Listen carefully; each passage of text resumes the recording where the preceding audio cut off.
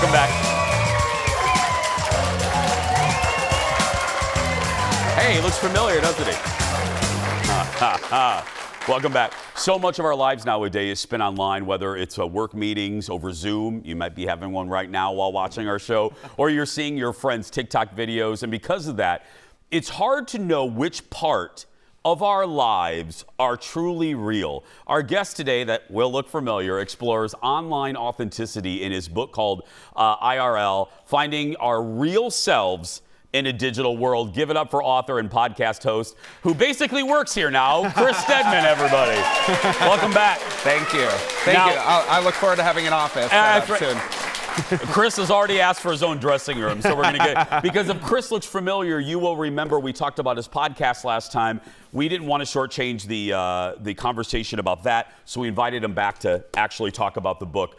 Okay, Finding Our Real Selves in a Digital World is a great title, but in application, what does it really mean? Yeah, so I wrote this book, honestly, for kind of two reasons. The first was a personal one. I was going through a period of my life where I was just going through a lot of change. I was in a long-term relationship that ended, my job ended, just all these things. And I found that I was continuing to post online on social media as if it was just like business as usual, like, oh, here's the great dinner I had and that sort of thing. And I just started to feel this sense of kind of disconnect between what I was putting out there and my whole life.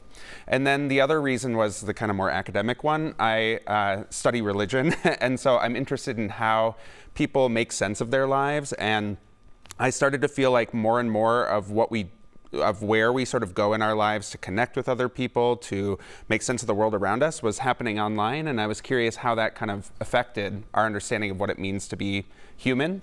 And so this book is the result of, years of kind of looking into the research around it, talking to people about their lives online. And, one of the things that I found while working on this book is, we often talk about our lives online as if it's like not the real thing, right? Maybe sometimes we'll talk to people online in ways we would never talk to them face to face. Yeah. And I think we do ourselves a real disservice by kind of pretending that our online life doesn't count or it's not real, because actually so much of what we do online really does matter, and I think we should take it seriously. Do you think that there is a trend now within, let's say, post-pandemic, toward the authentic? Is there a trend toward the authentic and not the, in the early days of Instagram, there were literally filters that we all slapped on every one of our photos. I know. And now, we don't really. Do you see the trend shifting just to being authentic, no matter what it looks like? Yeah. Have you heard of this app called Be Real?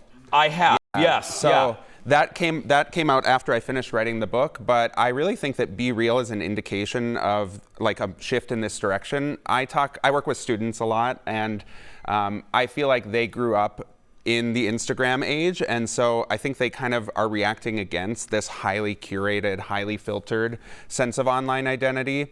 And I think one of the reasons why young people really love Be Real is because it's this app for maybe those who haven't used it. I was going to say, explain it, yeah. You basically get this notification at one point in the day that it's time to be real, and you take a photo of whatever you're doing, whatever's right in front of you, and then it also takes a photo of you, and it's unfiltered, and you only get that one shot. You can't retake it. And I think people like it because it gives them a sense of not only other people's lives and how mundane they really are in reality. We're all living these lives that aren't nearly as exciting as they look online.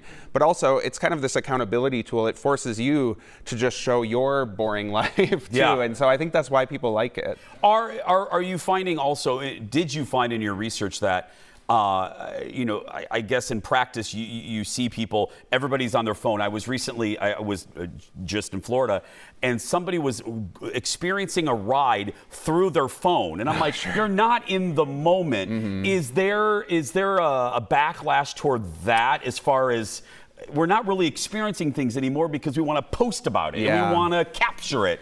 Yeah, it's sort of a double-edged sword because, I've read a good amount of research, for example, on how human memory works. And now that we kind of offload a lot of our memory to our devices, like we're going to take a bunch of pictures in order to remember a trip, we actually don't recall things as well because we're so focused on documenting that we don't actually experience as much.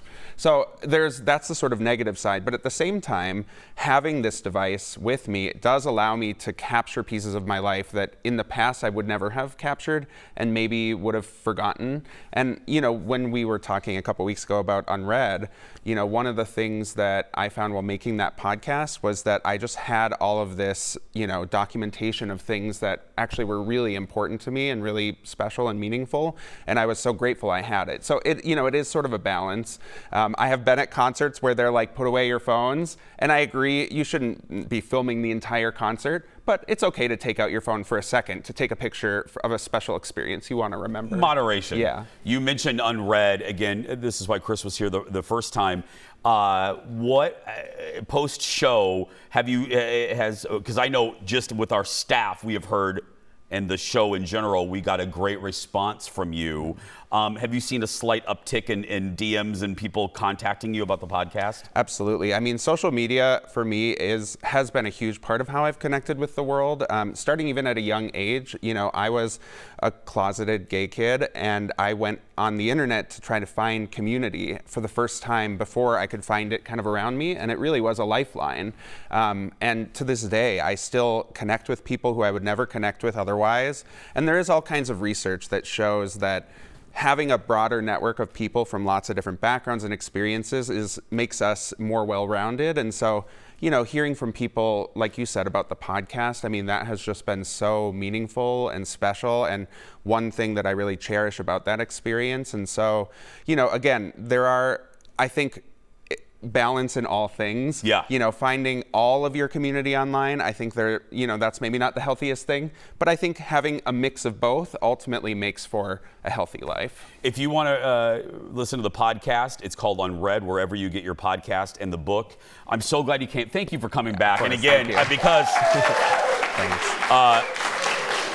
we will. The next time you're here, we'll get you your own dressing room. That's right. Finding our real selves in a digital world. Give it up for Chris, everybody. It's in bookstores, Amazon, wherever you get your books, man. We're going to take a break. We'll be back right after this. Back in a moment. Thank you, my friend. I'll see you next week.